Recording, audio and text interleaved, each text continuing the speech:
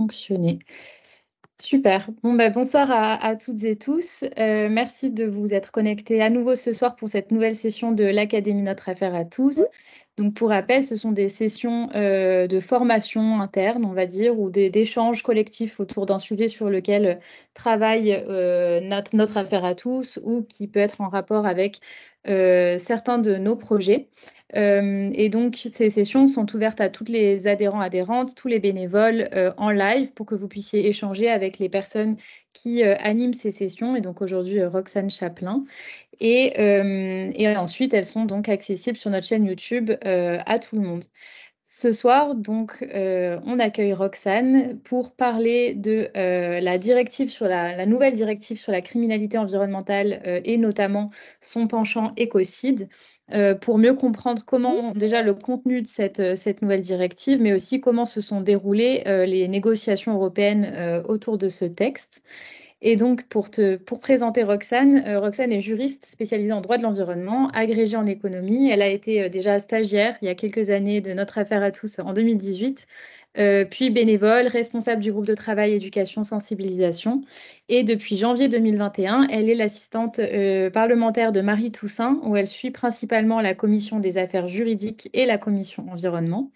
Elle a notamment donc suivi les négociations sur cette directive relative à la criminalité environnementale, mais aussi sur une autre directive dont on parle beaucoup chez Notre Affaire à tous, sur le devoir de vigilance des entreprises, ou d'autres textes sur le règlement Aarhus, la lutte contre les procédures bâillons ou la directive sur le reporting extra-financier des entreprises. Donc, vous l'imaginez, un agenda très chargé du côté de Roxane.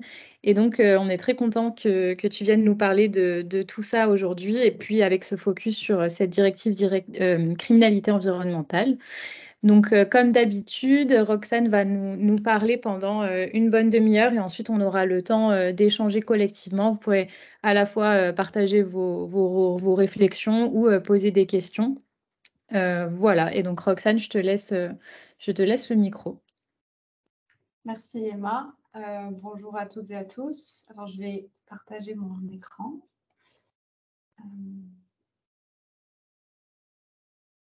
Voilà. Et du coup, il faut juste...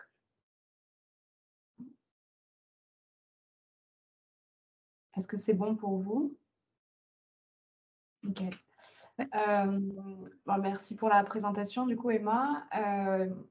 Je voulais, on avait discuté avec Jérémy de faire cette formation.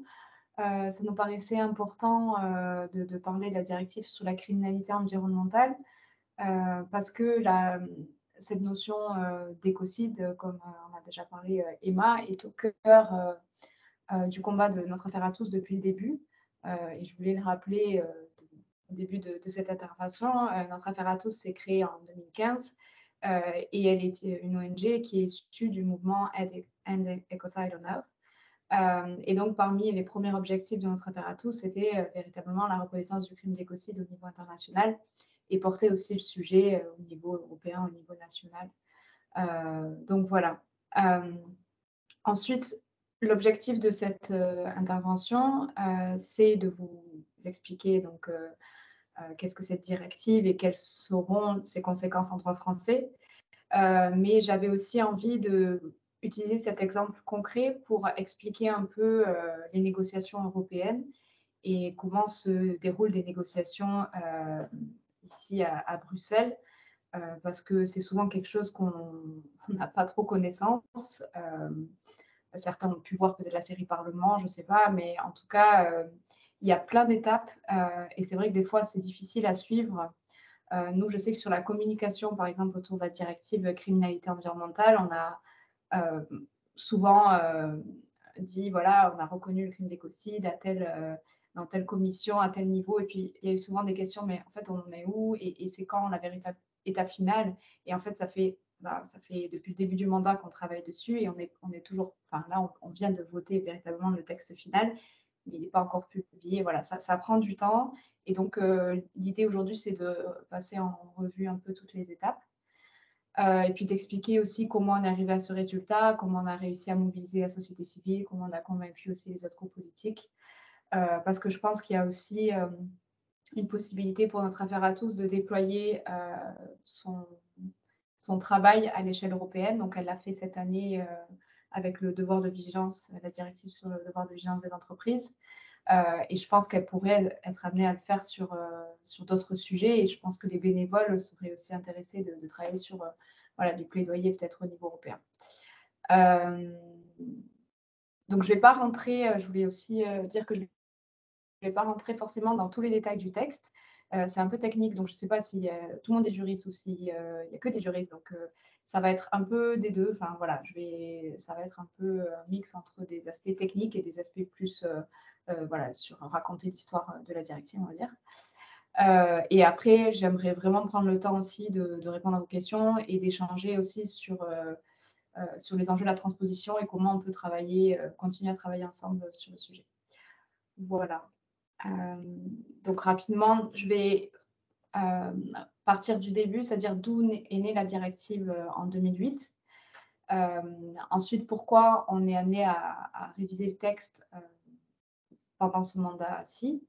Ensuite, je vais développer un peu plus comment se sont passées les négociations interinstitutionnelles sur la directive.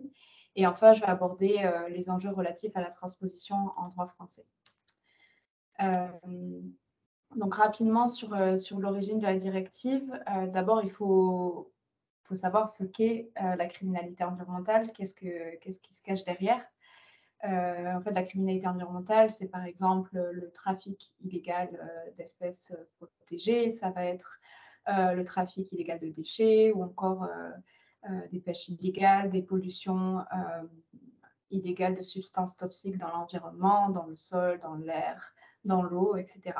Donc, il y a beaucoup d'exemples, mais ce qu'on constate de manière générale au niveau international, au niveau européen et au niveau français, c'est que c'est un secteur criminel qui explose dans le monde. On considère que c'est le 4e secteur criminel mondial actuellement et c'est le secteur qui grandit le plus vite. Comparé au trafic de drogue, par exemple, dont on parle quasi quotidiennement et pour lequel il existe déjà un arsenal répressif très important. À l'inverse, pour ce qui est du droit pénal de l'environnement, on parle beaucoup de la dépénalisation de fait du droit de l'environnement. Donc là, je cite directement les mots de François Molins, qui était ancien procureur auprès de la Cour de cassation, parce qu'en fait, il manque véritablement des infractions environnementales qui soient bien définies et des sanctions qui soient à la hauteur en droit français, mais c'est aussi un constat qu'on peut faire à l'échelle européenne et à l'échelle internationale. Bon, je ne vais pas préciser tous les chiffres qu'il y a ici, mais juste rappeler que, par exemple, en France, il y a eu un rapport qui a conclu que seulement 16% des auteurs d'infractions environnementales étaient poursuivis devant les tribunaux. Seulement poursuivis, mais ensuite, ceux qui sont véritablement sanctionnés, c'est encore moins. Voilà, c'est pour montrer un peu ce qu'il reste à faire en la matière. Aussi, je voulais rappeler que là, on est dans un contexte européen, donc on s'intéresse bien sûr en particulier à la France, mais nous, on s'est aussi beaucoup intéressé à comparer ce qu'il existait dans d'autres États européens pour savoir si la France était plutôt un État ambitieux en la matière, et en réalité, oui, même s'il y a des évolutions à faire en droit français. Le droit pénal français de l'environnement est parmi les meilleurs, entre guillemets, au niveau européen, mais il y a aussi des aspects originaux, on va dire, dans d'autres États. En Italie, par exemple, c'est un des premiers États qui allait plutôt vers la reconnaissance des infractions autonomes. Donc, je reviendrai sur ce concept plus tard. Mais voilà, et il existe par exemple en Espagne, en France et en Italie des sortes de polices spécialisées qui traitent qui enquêtent sur les infractions environnementales. Ça n'existe pas dans tous les pays européens pour l'instant. Mais voilà, il y a plusieurs... et en fait, du coup, ça fait une lutte au niveau européen qui n'est pas pour l'instant harmonisée. Et l'objectif de la révision, c'était aussi d'aller vers cette harmonisation-là. Donc, la directive de 2008 a été adoptée avant l'entrée en vigueur du traité de Lisbonne au niveau européen. Et ça a une importance capitale sur le contenu du texte, parce que c'était avant même que l'UE ait de compétences en matière pénale. Et même l'histoire autour de ce texte, c'est que ça a fait l'objet d'un conflit entre la Commission européenne qui voulait légiférer en matière de droit pénal de l'environnement au niveau européen et les États membres qui ne voulaient pas et qui considéraient que le droit pénal restait une compétence nationale. Et la Cour de justice a conclu en 2005 que la Commission pouvait proposer ce texte parce que l'objectif général, c'était la protection de l'environnement et que du coup, on pouvait utiliser voilà, le droit pénal, enfin, aller vers cette directive-là. Et donc, le texte de 2008 est un texte qui est très succinct. Donc, c'était seulement moins d'une dizaine d'articles et qui précisait donc certains types d'infractions. Mais par exemple, sur l'article relatif aux sanctions, l'article précise simplement des sanctions efficaces, proportionnées et dissuasives. Donc, c'était vraiment un texte à minima parce que l'Union européenne n'avait pas encore en réalité de compétences en matière pénale. Voilà pour l'historique un peu. J'essaie d'aller assez vite pour plus aborder les enjeux institutionnels. Donc, on est arrivé à réviser ce texte de 2008 parce que le texte de base manquait d'ambition, mais aussi parce qu'il y a eu beaucoup d'évaluations qui ont été faites de la directive. Et la plupart des conclusions étaient que, d'une part, la directive était peu ambitieuse, mais elle avait été aussi mal transposée, voire pas transposée du tout dans certains États membres, et une transposition très différente. Donc, vous savez, une directive européenne doit être transposée ensuite en droit national par des législations nationales. Et donc, en comparant les législations dans les États membres, on constatait que la définition des infractions environnementales, par exemple, était très différente. Les sanctions n'étaient pas du tout harmonisées. Donc voilà, on s'est dit, il y a besoin de réviser ce texte. Mais pour autant, la directive ne figurait pas en 2019 dans le programme de travail de la Commission européenne, donc dans le grand Green Deal qui proposait beaucoup de révisions de textes liés à l'environnement. Il y avait un grand manque sur tout ce qui était lié à la responsabilité environnementale de manière générale. Par exemple, la directive sur le devoir de vigilance des entreprises n'était pas non plus prévue au départ dans le programme de travail de la Commission européenne. Et le Parlement européen n'a pas de ce pouvoir d'initiative directe, contrairement à l'Assemblée nationale en France, où les députés français peuvent faire des propositions législatives. Nous, au niveau du Parlement européen, on n'a pas cette possibilité-là, donc on dépend vraiment aussi du programme de travail de la Commission européenne. Mais par contre, depuis le traité de Lisbonne, on a cette possibilité, cette faculté de faire des rapports d'initiative. Donc, ce n'est pas des propositions législatives à part entière, mais c'est des rapports que le Parlement européen adopte pour demander à la Commission européenne de faire une proposition législative sur un sujet quand on considère qu'il y a un manque et qu'elle n'a pas pris en compte ce sujet dans son programme de travail. Donc, c'est ce que on a fait. Donc, je dis on parce que c'est principalement Marie Toussaint, lorsqu'elle a été élue en 2019, qui est arrivée avec cet objectif de reconnaître l'écocide au niveau européen et qui s'est dit, en fait, la directive sur la criminalité environnementale, c'est le meilleur angle pour le faire. Ce n'est pas dans le programme de travail de la Commission européenne, tant pis, on va forcer un peu les choses et demander une révision de ce texte. Et donc, on a réussi à créer une coalition, d'abord au sein de la Commission des affaires juridiques, qui est responsable pour le texte. Donc, pour faire court, en fait, le Parlement européen est divisé en différentes commissions thématiques. Et donc, la commission des affaires juridiques, c'est celle qui est responsable sur tout ce qui est responsabilité environnementale. Et donc, on a réussi à obtenir ce rapport d'initiative qu'on a voté en mars 2021 et qui appelait à réviser ce texte. Et déjà, à l'origine, dans ce rapport d'initiative, on avait inscrit la nécessité d'aller vers une reconnaissance de l'écocide au niveau international et au niveau européen. Voilà, donc c'était la première étape et la première victoire au niveau du Parlement européen. J'avais envie aussi de rappeler que avant d'arriver là, donc là on passe vite, mais entre 2019 et 2021, on a essayé d'organiser beaucoup de conférences au niveau du Parlement pour faire venir des experts, notamment Valérie Cabanès par exemple, qui est venue parler de l'écocide. Bon, à l'époque c'était en ligne parce que c'était pendant la période Covid. Mais Philippe Sands également qui est venu parler et on a essayé de faire en sorte que l'écocide devienne un sujet au cœur du Parlement européen et au cœur des institutions européennes. Parce que quand on est arrivé en 2019, c'était un terme qui était inconnu et qui n'existait encore dans aucun texte européen. Il faut vraiment voir d'où on part, quoi. Et donc, au début, on s'est confronté à des échecs avant ce rapport d'initiative en mars 2021, puisqu'on avait tablé pas mal d'amendements, des propositions sur d'autres sujets, et on essayait à chaque fois d'intégrer le terme d'écocide. Donc, par exemple, un rapport du Parlement européen sur je sais pas, la défense des droits humains, ou il y a des rapports annuels sur quelle est la situation des droits humains dans l'UE, bah, à chaque fois, on essayait d'intégrer quelque chose lié à l'écocide. Et au début, les amendements qu'on tablait bah, n'étaient pas votés, ou n'étaient votés que par les Verts et ne passaient pas. Et au fur et à mesure, en fait, on a réussi à convaincre les autres groupes politiques.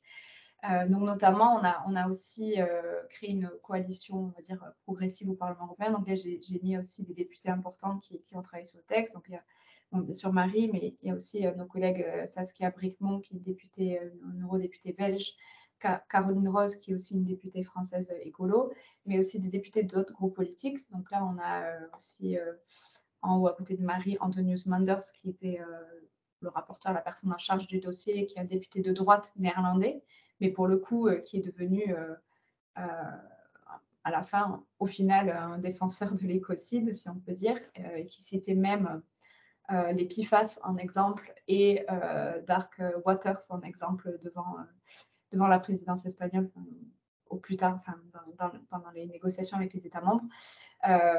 Et un député roumain aussi qui était très intéressé par le sujet et qui est du groupe Renew, donc des centristes. Et pour vous montrer qu'en fait, on ne peut pas y arriver tout seul et on a aussi besoin de créer cette coalition avec les autres groupes politiques.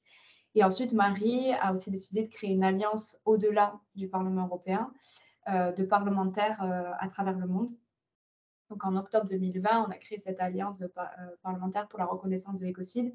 Et pour nous, c'était quelque chose de très important. Ça permettait aussi de partager les expériences que d'autres députés au niveau national ont pu vivre sur le dépôt d'une proposition de loi, etc. Donc il y a par exemple Samuel Gogolati, qui est un député belge qui a porté la reconnaissance de l'écocide au niveau du Parlement belge, et d'autres députés voilà, à l'échelle internationale. Ensuite, il y a eu, donc au-delà du soutien, donc là c'est plus le rôle du Parlement européen en tant qu'institution européenne pour demander à la Commission de réviser ce texte, il y a eu aussi un appel clair d'experts européens. Donc j'ai rappelé ici par exemple un rapport du Conseil économique et social européen qui a conclu dans son rapport aussi la nécessité d'aller, d'une part, de réviser ce texte, la directive de 2008 qui était on va dire, pas du tout à jour et pas harmonisé et pas transposé dans les États membres, mais aussi dans leur rapport, ils ont clairement demandé la reconnaissance du crime d'écocide au niveau européen. Aussi d'autres rapports d'agences et d'experts au niveau européen. Donc, je ne sais pas si vous connaissez ces agences, mais en gros, on a l'Agence pour l'implémentation du droit européen, le réseau de procureurs européens, le réseau de juges européens, etc. Donc, c'est plein de réseaux de magistrats, de procureurs spécialisés en environnement qui appelaient aussi à réviser ce texte. Et enfin, une mobilisation aussi importante de la société civile. Donc, par exemple, nous, on a essayé d'aller chercher des ONG européennes parce qu'on s'est rendu compte aussi que cette thématique de la criminalité environnementale était peu connue, mais était aussi peu mobilisée par les ONG. Et contrairement au devoir de vigilance où toutes les ONG de la bulle bruxelloise sont à fond sur le sujet et suivent le texte, la directive criminalité environnementale n'a quasi pas été suivie par les ONG ici à Bruxelles, ce qui était un peu, on va dire, pas forcément très utile dans les négociations, parce que des fois, on a vraiment besoin de ce travail de plaidoyer, de mobilisation. Mais ce qui a fait aussi que, de notre côté, les lobbies industriels et des entreprises, etc., n'ont pas du tout suivi non plus le dossier et ne se sont pas réveillés, on va dire, pour contrer le texte. Voilà, donc ce qu'on a pu organiser, nous, au niveau européen, avec l'aide de Stop Écocide International, par exemple, on a créé une première journée européenne de mobilisation pour la reconnaissance du crime d'écocide le 20 mars 2022, où il y a eu des photos réalisées dans plusieurs villes, même une marche à Bruxelles. Je sais qu'en France, vous avez fait quelque chose aussi à Paris et à Strasbourg, il me semble. Enfin, voilà, il y a eu plein de choses faites dans tous les pays au niveau international et plutôt européen, là, du coup. Une pétition en ligne aussi réalisée. Et voilà, là, j'ai mis aussi une lettre qu'on a pu envoyer à la Commission européenne avec plein d'ONG qui ont signé la lettre. voilà ce que je réfléchis si j'ai oublié des choses par rapport à ça, parce que c'est aussi important de montrer que c'est vraiment un sujet qui est un peu passé sous les radars, même si vous avez peut-être vu passer le truc, parce que forcément, si vous êtes chez Notre Affaire à tous, c'est un sujet important pour Notre Affaire à tous. Mais comparé à d'autres sujets, voilà, je parlais de devoir de vigilance, c'est clairement l'opposition entre un sujet un peu de niche technique et du coup qui fait que peu de personnes voilà, prennent le temps de se plonger dedans, et puis un sujet un peu plus qui permet la mobilisation et qui du coup fait que beaucoup de personnes ont vu que le texte est passé sur le devoir de vigilance, par exemple, contrairement à la directive sur la criminalité environnementale. Voilà, je m'arrête sur ça, mais on pourra aussi revenir pendant les questions si jamais. Donc maintenant, on arrive dans le cœur, dans le dur, on va dire, du sujet, les négociations interinstitutionnelles. Donc une fois qu'on a adopté ce rapport d'initiative, nous, au niveau du Parlement, demandant à la Commission de faire une révision de ce texte. Donc la Commission européenne s'est mise au travail et en décembre 2021 a proposé une révision du texte. Et donc je disais, on part d'une directive en 2008 qui faisait je ne sais plus combien d'articles il y avait, mais moins d'une dizaine d'articles, à une proposition législative qui comporte plus de 25 articles. Et déjà, de base, donc, quand on a vu la proposition de la Commission, on s'est dit, ah, c'est quand même assez ambitieux. Donc, déjà, la Commission européenne a fait une proposition qui partait bien, on va dire.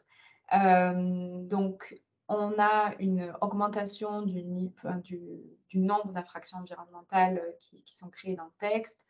La Commission a aussi précisé le type de sanctions qui peuvent être données en cas de non-respect de la directive, l'ajout d'un certain nombre d'articles sur, par exemple, la protection des défenseurs environnementaux qui peuvent alerter voilà, la police sur des cas d'infraction environnementale.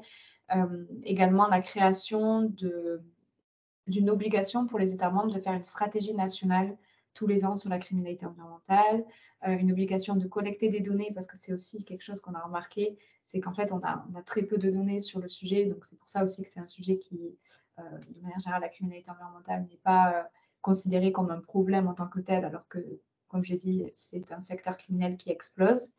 Donc, beaucoup d'éléments plutôt positifs dans la proposition de la Commission européenne. Mais il y avait quand même beaucoup de choses qui manquaient. Donc, pour rappel, là, on va passer un peu sur les procédures, mais une fois que la Commission européenne publie cette proposition de texte, le texte part quelque part, d'une part au niveau du Parlement et d'autre part au niveau des États membres. Et chaque institution, donc le Parlement de son côté et les États membres de son côté, va renégocier sur le texte et va proposer des amendements, des modifications du texte. Et après, l'étape finale, c'est les trois institutions se retrouvent ensemble, c'est ce qu'on appelle les trilogues, et renégocient chaque position pour trouver une position finale. Voilà. Là, maintenant, je vais détailler plutôt ce qui se passe au niveau du Parlement. Parce que même au sein du Parlement, ça se fait en plusieurs étapes. C'est pour ça que vous avez pu voir passer voilà, dans notre communication, on a voté pour la reconnaissance de l'écocide, puis quelques mois plus tard, on a revoté pour la reconnaissance de l'écocide. Voilà, je vais essayer d'expliquer un peu pourquoi. Donc, au niveau du Parlement, comme j'ai dit tout à l'heure, il y a la Commission des affaires juridiques qui est une commission responsable pour la responsabilité environnementale, qui était la commission principale sur ce dossier. Mais il y a eu aussi des commissions qui ont été saisies pour donner une opinion. Donc là, sur ce texte-là, il y a eu la commission des pétitions, par exemple, la commission environnement, la commission du développement et également la commission, je l'ai pas mis, l'IB des affaires intérieures. Voilà, donc en tout, ça fait 5 commissions qui ont fait des opinions sur le dossier. Donc, en gros, entre octobre et décembre 2022, on a eu toutes les opinions qui sont apparues au niveau du Parlement européen. Et nous, on a travaillé sur chaque opinion. C'est-à-dire qu'on a suivi les opinions, on a tablé des amendements et on a fait en sorte de faire ressortir le sujet de l'écocide et de faire ressortir le sujet des infractions autonomes que je vais expliquer après. Désolée si ce n'est pas dans l'ordre. Enfin, voilà. Et ensuite, une fois que les opinions sont votées, on a les négociations dans la commission principale, qui est la commission des affaires juridiques, et enfin le vote au niveau de la plénière, donc tout le Parlement qui se positionne sur le sujet. Donc tout ça, c'est fait en un an, un peu plus d'un an, on va dire, jusqu'à arriver à la position du Parlement adoptée en plénière. Maintenant, quels étaient, nous, les objectifs au niveau du Parlement européen et par rapport à la proposition de la Commission et enfin voilà, après je vais aussi raconter quels étaient le résultat. Mais les objectifs de base, on va dire, c'était donc ce que j'ai appelé la reconnaissance des infractions autonomes, des infractions environnementales autonomes. En fait, la directive de 2008 et la proposition de révision de 2021 étaient basées sur une logique d'infraction environnementale sectorielle. C'est-à-dire que l'infraction environnementale est définie par rapport à des renvois à d'autres législations environnementales. Donc, par exemple, on va avoir tout comportement illicite est un comportement illicite par rapport à la directive Habitat, par rapport à la directive des déchets, par rapport à la directive émissions industrielles. Donc, à chaque fois, l'infraction environnementale est définie par renvoi à un autre texte environnemental. Nous, ce qu'on voulait faire, c'est décorréler ou rendre on va dire, indépendant le droit pénal par rapport à ces législations sectorielles plutôt administratives et faire en sorte d'avoir une définition de l'infraction environnementale par rapport à l'impact que l'on constate sur le terrain, on va dire, et non par rapport au respect de telle ou telle législation environnementale et donc de telle ou telle autorisation administrative. J'espère que c'est clair et que je perds personne en route. Donc ça, c'est l'objectif qu'on avait. Quand je dis on, c'est nous les Verts, enfin, Marie et moi, donc, dans les négociations. Et on a quand même réussi à convaincre nos partenaires, on va dire, les autres groupes politiques, de l'intérêt concret de reconnaître les infractions environnementales autonomes. Au niveau européen, l'intérêt concret, on avait plusieurs exemples. Par exemple, la pêche illégale, la pêche de thon à Malte. Il y a eu un gros cas de pêche de thon à Malte qui n'avait pas été considéré comme couvert par la directive parce que ce n'était pas dans une zone qui était considérée comme zone protégée par la directive du coup Habitat, il me semble, ça peut-être que je dis des bêtises. Et donc du coup, on n'a pas pu poursuivre par le biais du droit pénal les auteurs d'infractions dans ce cadre-là. Et ensuite, il y a aussi un intérêt de mise à jour parce que tous les jours, on ajoute des législations environnementales. Donc, si on a une liste définie qui est fixe et qui n'évolue pas dans le temps, mais en fait, on passe à côté de nouveaux dommages environnementaux qui peuvent apparaître et de nouveaux scandales, comme par exemple les PFAS. On n'a pas encore de législation européenne sur les PFAS, mais si elle intervient, on a tout intérêt à l'intégrer aussi dans la directive. Donc, ce manque-là de caractère dynamique et de mise à jour continuelle nous a aussi amené à se dire, en fait, on a besoin d'une définition plutôt générale par rapport aux impacts environnementaux et pas sectorielle. Ensuite, l'objectif numéro 2, on va dire, mais qui est lié aussi à cette définition autonome, c'est la reconnaissance du crime d'écocide. Parce que le crime d'écocide est défini aussi de manière autonome. C'est qu'on constate en fait les conséquences, les dommages les plus graves commis à l'environnement et il n'y a pas de renvoi à telle ou telle réglementation et législation environnementale associée. Ensuite, un autre objectif important qu'on a essayé de porter, parce que pour nous, c'est tout le système pénal qui doit être revu au niveau européen, c'est la possibilité pour le procureur européen de pouvoir poursuivre aussi des infractions environnementales. Donc, on parle du parquet européen. Le parquet européen a été créé en 2019 et mis en place, on va dire, en 2021. Et l'idée, c'était aussi de lui permettre de poursuivre des infractions environnementales qui peuvent avoir un caractère transfrontalier. Parce que pour l'instant, le parquet européen est seulement responsable, compétent pour tout ce qui est des crimes financiers, crimes aux intérêts financiers de l'Union européenne. On voulait aussi intégrer la possibilité directement pour les victimes de porter plainte, parce que pour l'instant, ce n'était pas forcément possible dans la directive, et surtout augmenter et préciser le niveau des sanctions. Voilà. Je ne passe pas, il y avait d'autres choses, mais encore une fois, j'essaie d'aller au plus vite et on pourra aussi vous envoyer des éléments si nécessaire pour approfondir. J'avais envie aussi de, du coup, faire un focus sur la reconnaissance de l'écocide et rappeler un peu son origine et montrer aussi les différentes étapes jusqu'à sa mise à l'agenda, on va dire, des négociations, au niveau des négociations européennes. Donc, vous le savez certainement déjà, mais la notion d'écocide existe depuis 1972. Donc, elle a été utilisée pour la première fois lors de la conférence de Stockholm en référence à l'utilisation de l'agent orange au Vietnam. Donc, ça date, ce n'est pas un concept nouveau. Et pourtant, au niveau européen, il n'existait encore aucune législation avec ce terme-là. En 2012, donc, il y a eu, comme j'ai dit, la création du fondement End Ecocide on Earth, puis notre affaire à tous qui est issue aussi du coup de ce fondement. Alors là, je me suis trompée en 2017, pardon, c'était pas ça. Ah si, c'est ça, désolée. Donc en 2017, la fondation de l'organisation Stop Ecocide International.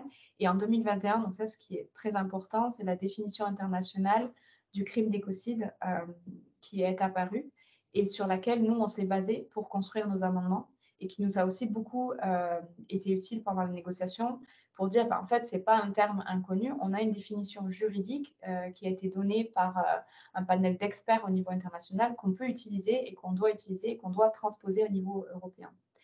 Et pour la petite histoire, suite à la définition internationale donnée par le panel d'experts, il y a aussi en parallèle l'Institut de droit européen qui a travaillé sur un rapport pour justement essayer de transposer cette définition en droit européen. Parce qu'il y avait des concepts dans la définition internationale qui n'étaient pas forcément transposables en droit européen. Donc, il y avait aussi ce travail à faire. Bon, voilà, ça, c'était l'autre objectif. Je ne vais pas forcément développer là-dessus, mais juste lié à cette histoire du parquet vert ou d'étendre les compétences du parquet européen, on avait aussi la volonté de faire un peu ce qu'on a fait en France, de créer des forces spéciales environnementales dans tous les pays européens et également des cours spéciales environnementales dans tous les pays européens. Voilà, bon, ça, on n'a pas vraiment réussi. Enfin, il y a juste des incitations aux États membres dans le texte final. Ah oui, j'ai pas mis. Donc, en gros, le texte au niveau européen a été adopté. Alors, j'ai pas la date. Je croyais que j'avais mis la slide avec la date, mais je vais vous la retrouver. Le 21 mars 2022, le texte a été adopté au niveau européen, au niveau du Parlement européen. Et donc, comme je vous l'ai dit, une fois que le Parlement adopte sa position, ensuite, il faut renégocier, encore une fois, donc voilà, pour vous montrer toutes les étapes. Donc, il y a les opinions, ensuite la commission principale, puis la plénière. Donc, tout le Parlement européen décide de valider ce texte. Donc, déjà, on était arrivé là, on était contente, parce que c'est déjà une étape importante. Et puis ensuite, il a fallu convaincre les États membres et convaincre la Commission européenne d'avancer sur le sujet. Pour aussi préciser, au niveau interne du Parlement européen, c'était assez inédit de pouvoir convaincre un rapporteur de droite, PPE, d'avoir le terme d'écocide et d'avoir une définition dans un article du texte. Enfin, voilà. Et je pense que c'est le fait que la directive est un peu passée sous les radars des lobbies a aidé aussi à ce qu'on ait ce résultat-là.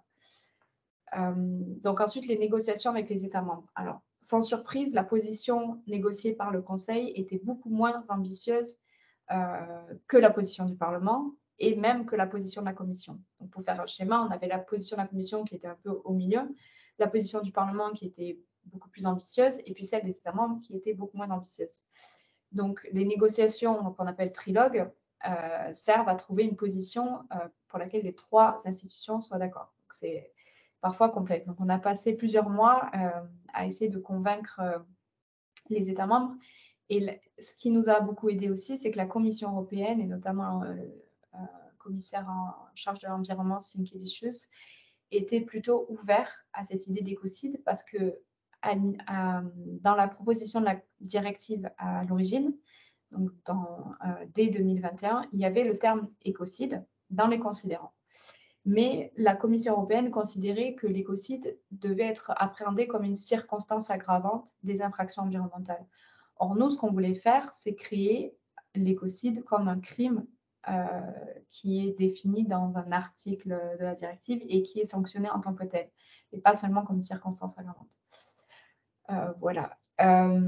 Donc, on a commencé les négociations avec les États membres de la Commission en juin et on arrivait à trouver un accord en novembre 2023. Donc, ce qui a plutôt, on va dire, été l'objet de crispations entre le Parlement et le Conseil, c'était cette idée.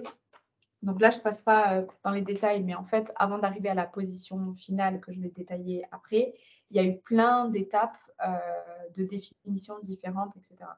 Et donc, nous, ce qu'on a adopté au niveau du Parlement, c'est l'idée d'une clause générale dans laquelle on avait réussi à introduire une définition générale des infractions environnementales et une seconde phrase qui précisait les infractions environnementales les plus graves.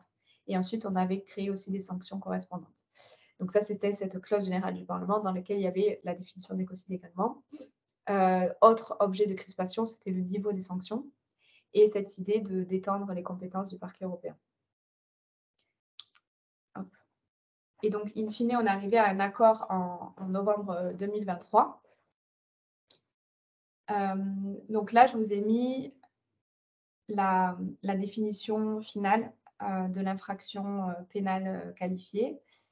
On retrouve les...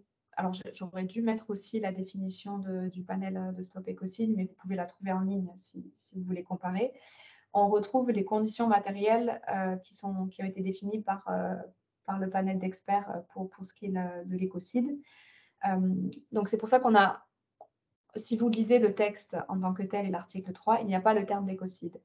Par contre, il y a un considérant, je crois que j'ai mis juste après, qui fait directement référence à l'écocide en renvoi avec l'infraction pénale qualifiée. Donc en fait, là, le problème, c'était un problème politique. Les États membres ne voulaient pas avoir le terme d'écocide dans l'article. On a dit, bon, OK, on n'a pas le terme d'écocide dans l'article. Par contre, nous, ce qu'on veut, c'est les conditions matérielles qui correspondent et qui soient au niveau du crime d'écocide et pas ce qu'on a eu en France, à savoir l'inverse, c'est-à-dire qu'on utilise le terme d'écocide, mais après, les conditions ne sont pas les conditions matérielles qui sont nécessaires pour avoir le niveau de gravité d'un crime. Je ne sais pas si je suis claire. Mais en gros, en tant que juriste, on préfère avoir les bonnes conditions et la définition légale qui correspond, même si le terme en soi n'apparaît pas dans l'article et qu'il apparaît dans le considérant qui permet d'interpréter l'article. Voilà, c'était plutôt une stratégie de négociation, on va dire. Mais donc, clairement, dans le considérant, on a ces infractions pénales qualifiées peuvent englober un comportement comparable à un écocide qui est déjà couvert, merci Emma pour la diffusion, qui est déjà couvert par le droit de certains États membres et fait l'objet de discussions dans les enceintes internationales. Donc ça, c'est une phrase qui est typiquement l'objet d'un compromis. Nous, on n'aurait pas mis ça directement, vous imaginez, mais c'est déjà bien d'avoir consolidé le fait qu'on a le terme d'écocide dans le texte. Et ensuite, dans la définition que je remets là sur la slide, on a les conséquences donc étendues et substantielles, soit irréversibles, soit durables, donc des dommages étendus et substantiels, soit irréversibles, soit durables à un écosystème ou à la qualité de l'air, du sol et de l'eau. Voilà. Hop. Ensuite, par rapport à cette idée d'infraction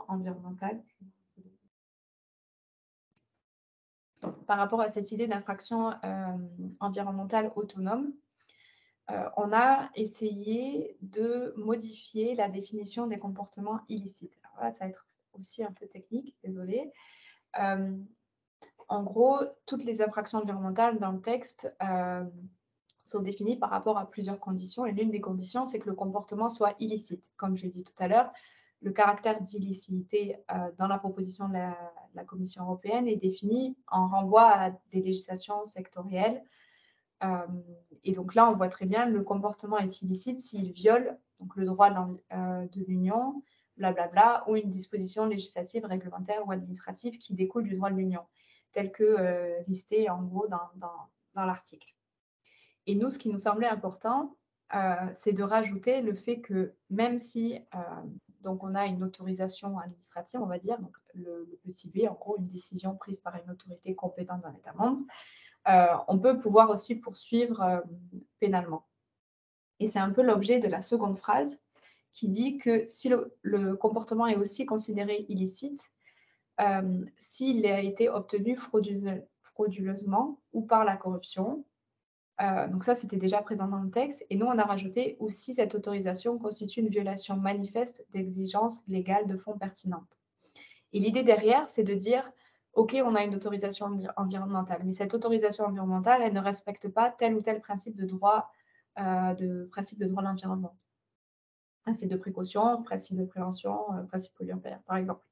Et donc si, on arrive à prouver ça, bah, du coup, le comportement peut quand même être considéré comme illicite. Donc ça peut paraître, un petit ajout, anodin, mais si on arrive à l'interpréter comme ça et là je suis actuellement en contact avec pas mal de professeurs de droit au niveau européen, notamment Michael Faure, mais aussi, Vincent Delbos, pour essayer justement, d'avoir cette interprétation-là, pour influencer la transposition ensuite en droit national. Et en fait, on l'a après développé, alors je ne l'ai pas mis dans la slide, mais on l'a développé ensuite dans un considérant où on précise qu'on entend par, violation manifeste d'exigences légales de fonds pertinents. Donc, il faut vraiment à chaque fois lire l'article et le considérant pour arriver à comprendre l'interprétation du texte. Voilà, et donc ça, cette notion de comportement illicite s'applique aussi à la définition d'écocide, et donc le fait qu'on ait pu étendre l'appréhension du comportement illicite permet aussi d'étendre en fait l'appréhension de la définition de l'écocide. J'espère que c'était clair. Je vois Emma qui fait des oui, donc ça, c'est cool. ça veut dire que ça doit être assez clair. Au-delà de ces 2 points qui, pour nous, étaient des points vraiment essentiels et sur lesquels on pourra aussi revenir, il y a eu d'autres améliorations importantes, donc sur les sanctions, sur la spécialisation, sur la formation des personnes. Et on est passé de 8 infractions environnementales à 20 infractions environnementales. Donc la liste là dont je vous parle, si vous allez voir le texte, vous allez voir toute cette liste-là qui est assez détaillée. Et donc, on a maintenant 20 infractions environnementales qui devront être transposées en droit français. Je vais passer vite parce que je vois le temps tourner. Donc, une fois qu'on a réussi à trouver cet accord-là avec le Conseil et la Commission, il faut repasser au Parlement. C'est pour ça qu'il y a un vote sur la reconnaissance du crime d'écocide, parce qu'il faut revalider l'accord. Et ensuite, les États membres doivent aussi valider le texte. Et après, il y a la publication du texte. Et enfin, on est maintenant on va publier le texte le 30 avril, il me semble. Et ensuite, il va y avoir 2 ans de transposition pour les États membres. Et c'est là où on aura besoin de nous. Donc, les enjeux relatifs à la transposition en droit français. Donc, je vais passer très vite parce que vous connaissez bien mieux que moi ces aspects-là si vous êtes juriste. Donc, je vais pas développer sur les 2 lois récentes en France parce qu'on n'a plus le temps. Voici quand même, juste rapidement, du coup, c'est pas grave si on déborde. Donc, il y a eu 2 lois, une loi en 2020 et une loi en 2021. Ce qui nous intéresse surtout par rapport à ce que j'ai raconté sur l'infraction pénale qualifiée et cette reconnaissance du coup d'écocide dans le droit européen, c'est qu'en France, en 2021, il y a eu ce débat suite à la Convention citoyenne pour le climat de la reconnaissance du crime d'écocide au niveau français, qui s'est transformé en délit d'écocide, qui a été beaucoup critiqué parce qu'en fait, quand on parle de crime d'écocide, c'est un certain niveau de gravité, on peut pas le renvoyer à la notion de délit d'écocide. Donc, ces 2 lois, sur le papier, étaient assez ambitieuses, même si la question du délit d'écocide a beaucoup été critiquée. Et ensuite, on s'est rendu compte qu'en fait, elles étaient difficilement applicables et qu'en plus, les moyens pour les professionnels du droit, notamment pour les magistrats, n'avaient pas été augmentés. Donc voilà, il y a eu la création de certains cours spécialisés, mais pas de moyens minéraires, etc. Donc, un manque en la matière. Et donc, quels sont les enjeux maintenant autour de la transposition de la directive? Pour moi, suite à tout ce que je viens de vous raconter, il y a 3 enjeux principaux et sur lesquels on peut travailler aussi ensemble. Il y a l'évolution et la modification de la définition et de la notion du délit d'écocide. Parce que je pense sincèrement que si le gouvernement français reste tel qu'il est ou s'il empire, on ne sait pas, mais ils vont considérer que le délit d'écocide tel qu'il existe en droit français suffit pour la transposition de l'infraction pénale qualifiée. Et nous, ce qu'il faut qu'on arrive à prouver, c'est qu'en fait, l'infraction pénale qualifiée nous amène à modifier ce délit d'écocide. et de faire passer en crime. Ça va être vraiment l'enjeu de la transposition. Ensuite, un changement aussi de l'approche sectorielle des infractions environnementales, parce qu'on a aussi en droit français cette approche sectorielle de la définition des infractions environnementales, et je pense que la définition de ce que je vous ai raconté sur le comportement illicite doit aussi faire changer le droit français en la matière. Et enfin, un changement et une mise en cohérence des sanctions avec le niveau des infractions. C'est quelque chose qui a été mis en évidence notamment par le Conseil d'État quand il a analysé la loi climat et résilience. Il a dit, mais en fait, il y a une incohérence entre ce que vous qualifiez comme infraction environnementale et les conséquences environnementales qu'elles ont, et le niveau des sanctions qui sont mises derrière. Et ça, je pense que la directive va aussi aider en la matière. Alors là, j'ai fait un petit tableau pour comparer un peu le droit français. Donc, je suis plus trop du coup spécialiste sur le droit français actuellement. Enfin, je suis vraiment focus sur le droit européen. Donc, peut-être qu'il y a des spécialistes ici. J'ai vu Marine se connecter, donc n'hésitez pas à intervenir après. Et une comparaison entre ce qui existe, voilà, le délit d'écocide et cette infraction pénale qualifiée en droit européen. Donc, les différences majeures. En droit français, on a la condition du manquement à la loi et à la réglementation. Et moi, ce que je vous ai dit, ce qu'on a essayé d'introduire dans la définition des infractions environnementales, c'est ce changement dans la définition du comportement illicite. Ensuite, dans la définition des conditions matérielles de l'infraction, ce qui a beaucoup été critiqué dans la question du délit d'écocide, c'est les 7 ans à prouver, en gros, que les effets sur l'environnement doivent durer 7 ans. Et nous, on n'a pas du tout cette condition en droit européen. Il y a juste, en droit européen, il y a juste cette idée que les dommages doivent être étendus et substantiels, soit irréversibles, soit durables. Et pour nous, c'est vraiment au juge ensuite d'interpréter, enfin de voir si il considère que les dommages soient étendus, durables, etc. Et donc, il faut vraiment essayer du coup de supprimer cette condition des 7 ans dans le droit français grâce à la directive. Ensuite, sur l'intentionnalité, on a laissé le doute. Parce que si je remets rapidement la définition, il n'y a pas la question de l'intentionnalité dans ce paragraphe-là, mais par contre, il est dans le paragraphe 2 du texte. Mais encore une fois, je pense que ça mérite interprétation et ça mérite une analyse juridique. Et on a fait exprès de ne pas préciser dans le paragraphe 3 ce critère d'intentionnalité, parce que je pense que ça, on verra voilà, comment les États membres décident de transposer. Donc, c'est pour ça que j'ai laissé une point d'interrogation. Et enfin, les sanctions. Ce qui est surtout intéressant, c'est au niveau des amendes. En France, on a 4,5 millions d'euros. Je crois que c'est pour le délit d'écocide. Enfin, j'ai vraiment essayé de mettre voilà, ce qui correspondait pour le délit d'écocide. Alors qu'au niveau européen, on a réussi à dire qu'en gros, les sanctions doivent être plus sévères que celles qui sont déjà prévues pour les sanctions, pour les infractions générales. Et pour les infractions générales, on peut aller jusqu'à 5% du chiffre d'affaires de l'entreprise ou 40 millions d'euros. Et pour ce qui est de l'infraction pénale qualifiée, ça doit être encore au-dessus. Voilà. Donc ça, c'est... Bon, après, ça reste une directive. Donc, il y a une certaine marge d'appréciation et d'interprétation et de transposition des États membres. Mais c'est là où il va vraiment falloir développer ce travail de plaidoyer et essayer de montrer en quoi cette directive peut aussi apporter au droit pénal français. Voilà, je m'arrête là. Je suis désolée si ça a été un peu long. Et j'espère que c'était suffisamment clair.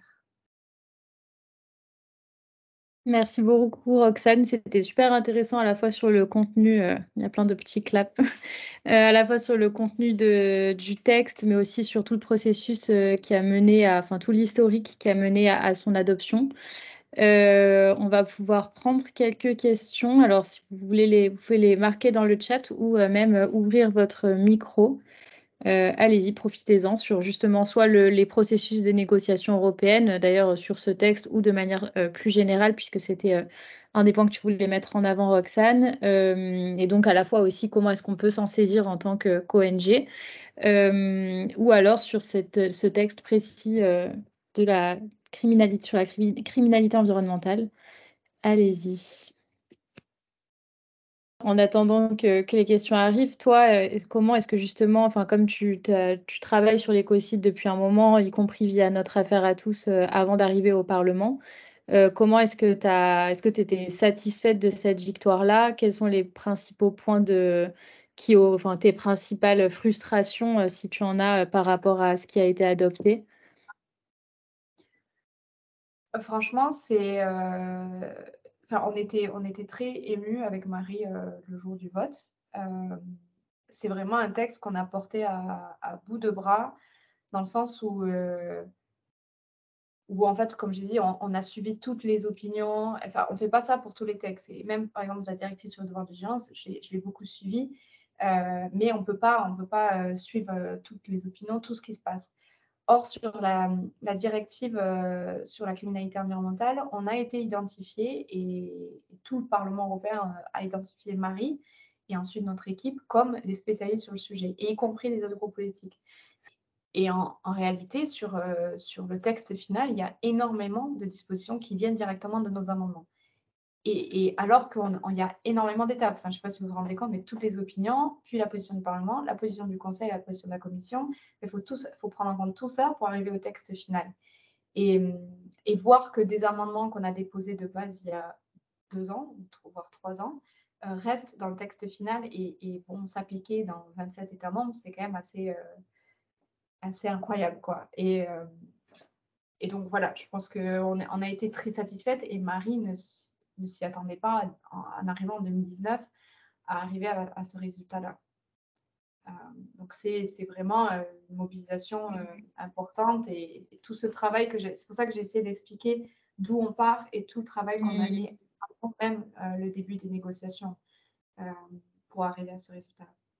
Oui, OK. C'est impressionnant, et du coup, je te lis une question de Valentine et on en aura OK. Alors les questions arrivent donc maintenant. Alors la première, du coup, les victimes ne pourront pas directement agir quand elles subissent un préjudice causé par l'une des infractions citées. Est-ce que tu as une Ouais, précision là-dessus? Si c'est bien ouais, ça? en gros, c'est laissé à la discrétion des États membres, parce que donc en France, on a la possibilité de le faire, mais c'est pas possible dans Une tous les systèmes, spécificité voilà, française. tous les systèmes juridiques européens. Mais certains États membres nous disent ben non, vous ne pouvez pas créer une obligation pour, euh, pour les États membres de créer cette possibilité-là pour les victimes de porter plainte, parce que nous, on n'a pas la possibilité en droit national, donc on ne veut pas le faire. Donc du coup, on a juste une disposition qui dit bon, ben, les États membres qui l'ont, ben, ils peuvent le faire, mais ceux qui l'ont pas, ils n'ont pas l'obligation de le faire. Bon, nous, on aurait voulu créer cette obligation-là pour tout le monde, mais bon, voilà, ça n'a pas été possible. Par contre, ce qu'on a réussi à faire sur les victimes, c'est qu'on a rajouté des dispositions sur l'accès aux informations, sur le niveau où en est la procédure, où en est l'enquête, etc. Donc, il y a aussi, par exemple, la possibilité de créer pour les États membres une sorte comment dire, une sorte de formulaire pour pas déposer plainte, mais j'ai plus le terme. Un formulaire anonyme pour, en gros, si tu détectes une infraction environnementale, ben tu fais ça sur voilà, un formulaire en ligne, et après, ça revient au policier qui décide ou pas de lancer une enquête. Donc ça, c'est encore une fois une possibilité pour les États membres, ce n'est pas une obligation.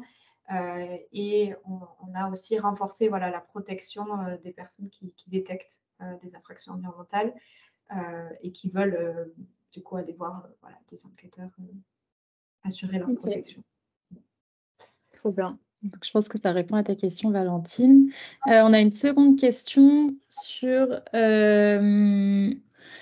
donc le fait qu'effectivement les personnes, enfin les autres bords politiques se retournaient vers vous et vers votre expertise. Est-ce que c'était plus pour des considérations donc techniques, juridiques ou politiques? Ouais, oui, un peu des deux. Du coup, il y a eu beaucoup à chaque fois des questions techniques et juridiques sur le texte. Et au niveau politique du passage du texte, en fait, des fois, par exemple, alors c'est aussi un peu pour l'anecdote, mais nous, ce qu'on a fait aussi, c'est qu'on est allé chercher, comme je dis, il n'y avait pas beaucoup d'ONG sur le sujet, donc on est allé chercher les ONG.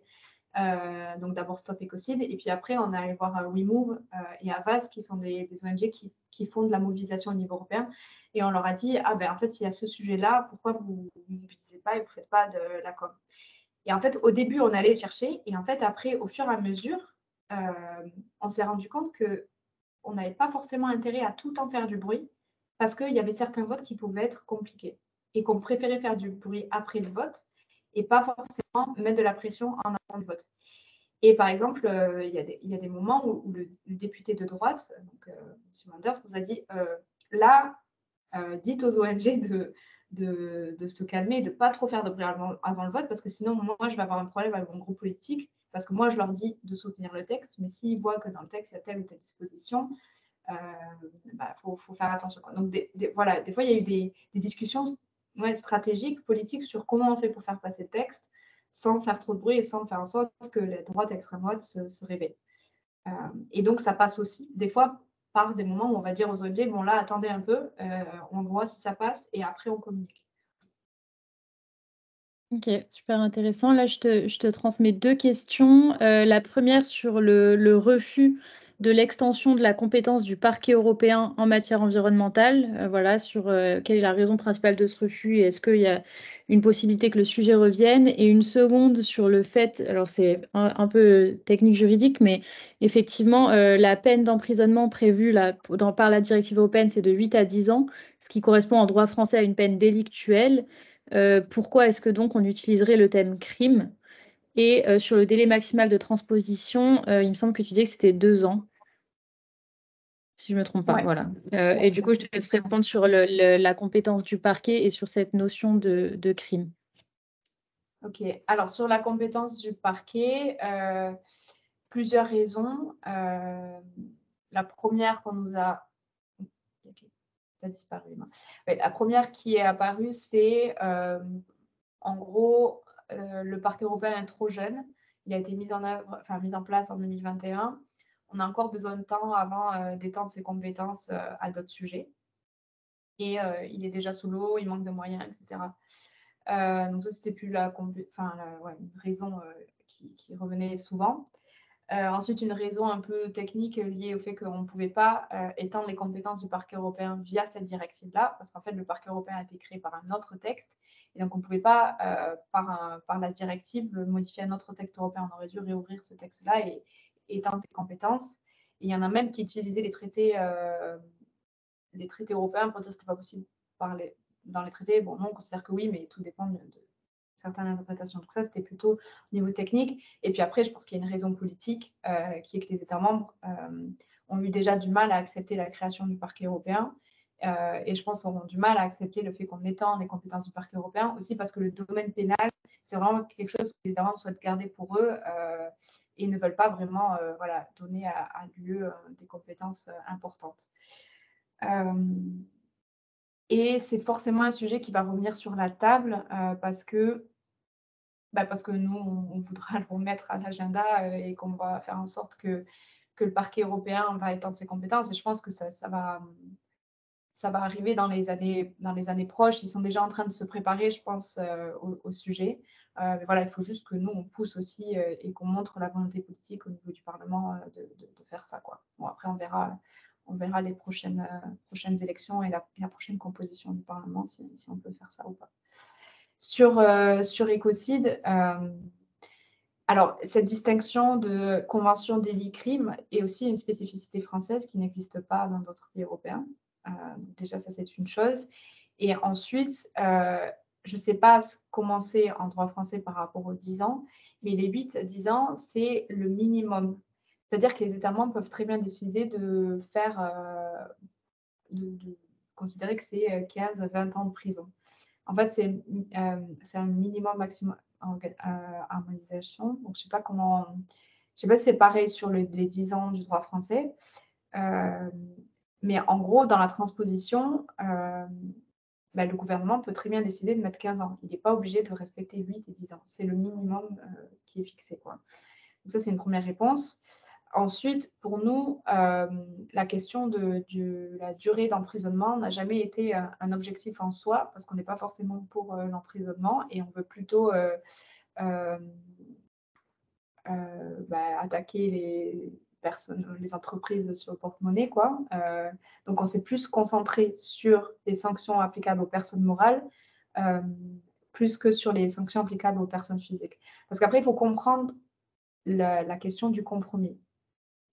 C'est qu'en fait, on ne peut pas gagner sur tous les plans. Donc, des fois, nous, on préférait augmenter les sanctions et augmenter le pourcentage applicable aux personnes morales, aux entreprises, plutôt qu'augmenter le niveau d'emprisonnement. Voilà. Donc, après, ça, c'est le résultat qu'on a obtenu. Et après, on verra voilà, comment ça va être transposé. Mais encore une fois, c'est un minimum, mais ça peut très bien être transposé avec plus d'années d'emprisonnement.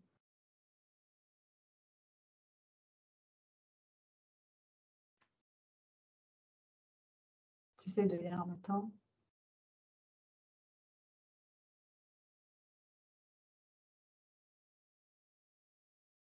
Emma, je ne sais pas si elle a disparu.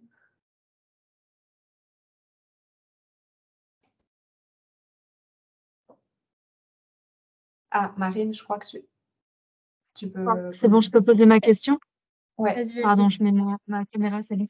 Enfin, en fait, j'ai 2 questions sur effectivement l'intentionnalité. J'ai pas compris pourquoi tu avais mis un point d'interrogation quand tu fais la comparaison. Et Parce que ensuite sur la ouais. notion de durabilité et irréversibilité, pardon. Donc durabilité, effectivement, là, le délit d'écocide, nous en France, c'est 7 ans et ça avait été très critiqué. Enfin, comment tu peux savoir à l'avance que voilà, ce sera 7 ans? Mais là, donc, tu te réfères à quoi pour la durabilité? Et irréversibilité en droit interne, c'est compliqué aussi parce que cette notion avait été critiquée, je me souviens, parce qu'à l'échelle humaine, parfois, certains écosystèmes, tu crois que c'est qui vont jamais reprendre vie, en fait, sur le plus long terme, oui. Ouais. Bah, sur deux choses, ça n'a pas été. Enfin, alors, d'abord sur l'intentionnalité. En fait, dans la définition en tant que telle de l'infraction pénale qualifiée, on ne rappelle pas cette condition d'intentionnalité. Et la directive en tant que telle prévoit la possibilité de poursuivre les infractions environnementales, soit si on peut prouver que c'est intentionnel, soit par négligence grave. Donc il y a les deux. Il n'y a pas seulement l'intentionnalité. Il y a déjà les deux pour la directive en tant que telle et pour l'ensemble des infractions environnementales.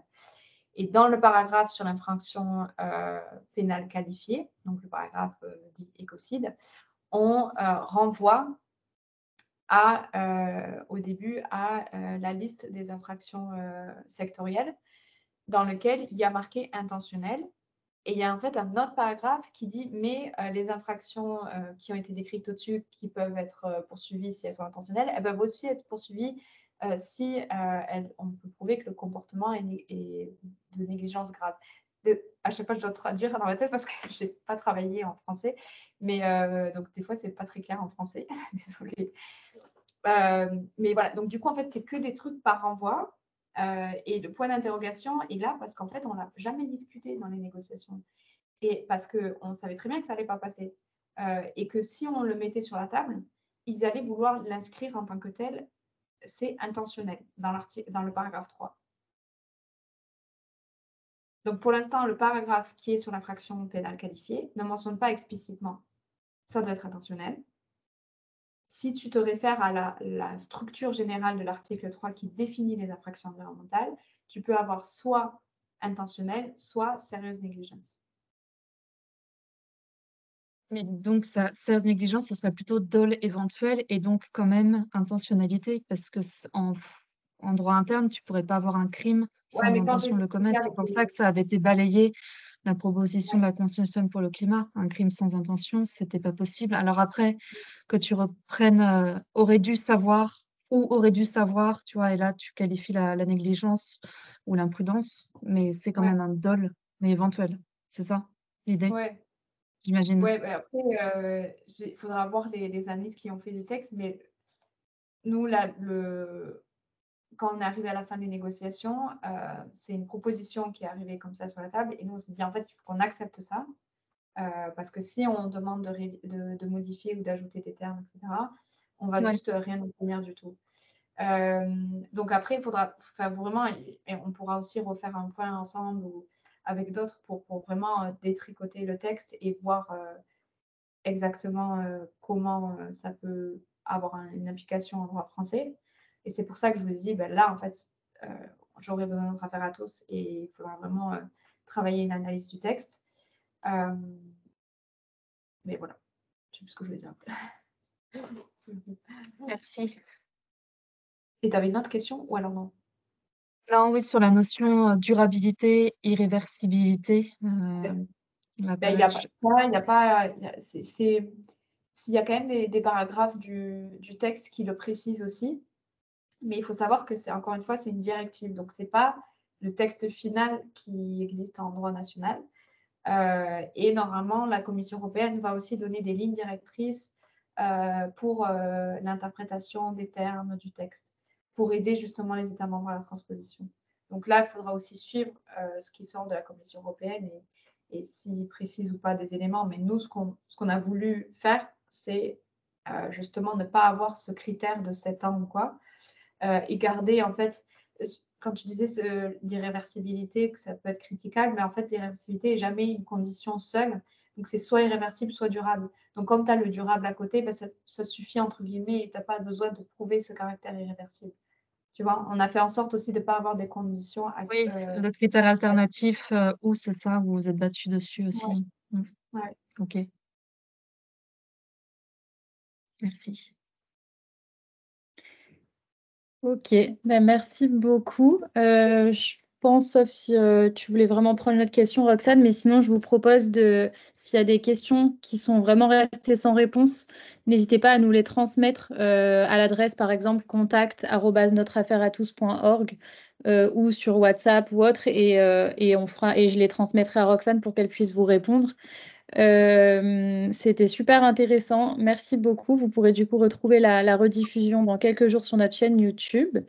Et petite exclusivité, on se retrouvera pour la prochaine session de l'Académie Notre Affaire à tous le 16 mai à 18 h, si vous voulez le noter dans votre agenda, pour une session sur les pesticides. Voilà, on pourra en reparler et on vous enverra les informations d'ici le 16 mai. Merci beaucoup Roxane, je vous souhaite une bonne soirée Bonne soirée. et à très vite.